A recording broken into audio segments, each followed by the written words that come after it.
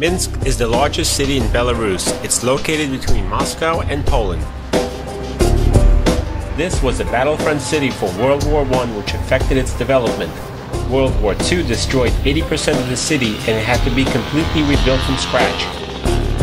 Dating back to the year 1067, this industrial city has dramatically grown from a population of 2,000 in 1667 to about 2 million people currently. They say it is a republic government, but it's actually a dictatorship reflecting communism. The city is very clean and safe. People are friendly, helpful, courteous, and law-abiding.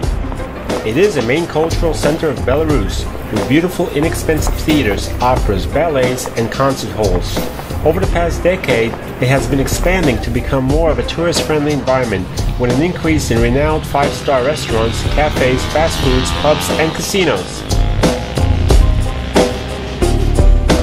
To get around, there is an extensive public transport system with a metro, tram, trolley, buses, trains, and taxis. All are very inexpensive for tourists. You can also walk the main city area from one end to the other in less than an hour.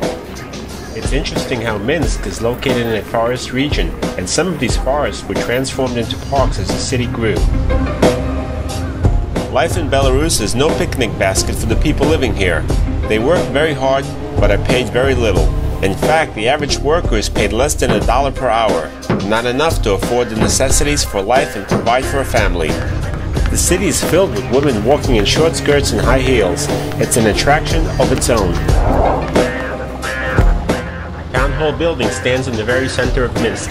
It's new. It was rebuilt from the original one that was here from the 18th century. Tourists like to come here to take pictures with the iron sculptured horse and buggy. On weekends, this place is swarming with brides. Across the street stands an old cathedral of St. Virgin Mary. On top of the hill is the Orthodox Cathedral of the Holy Ghost Church. It was built in 1642, a religious favorite place for brides and grooms to take pictures. The cathedral has a working icon of the Mother of God. It was moved to Minsk in 1500. Legend says this icon was made by Saint Luke the Evangelist. For a period of time, it was kept in the ancient Greek city of Byzantium.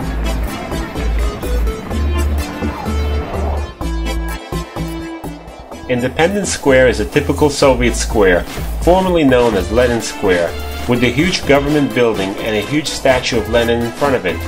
It's guarded and tourists are forbidden to take photos of the building or statue. Also in the square is a pedagogical university, a 1908 red cathedral, and an underground multi-story shopping mall.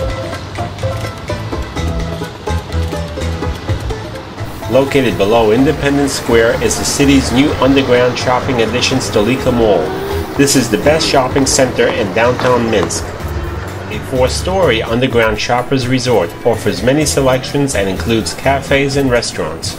It is very bright, it has a modern design, and a semicircular atrium to relax in.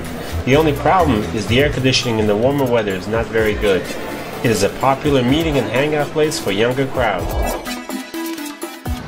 Vizesiz Avenue is the main street in the center of Minsk, connecting the famous squares, restaurants, cafes, stores, and historic buildings. There's a lot of traffic along the street, and you need to pay attention to the crosswalks when crossing. If you should attempt to cross against the red light, you may end up paying a hefty fine. Also on the main avenue is the KGB building, built after World War II. Directly across the street is a long narrow park and a statue of Felix Dzerzhinsky, the first director of the Bolshevik secret police, the Cheka.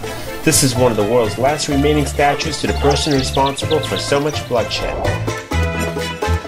Victory Square is a World War II memorial located on the main avenue. The round-shaped square with a stone pillar in the middle is a commemoration of the liberation from Nazis.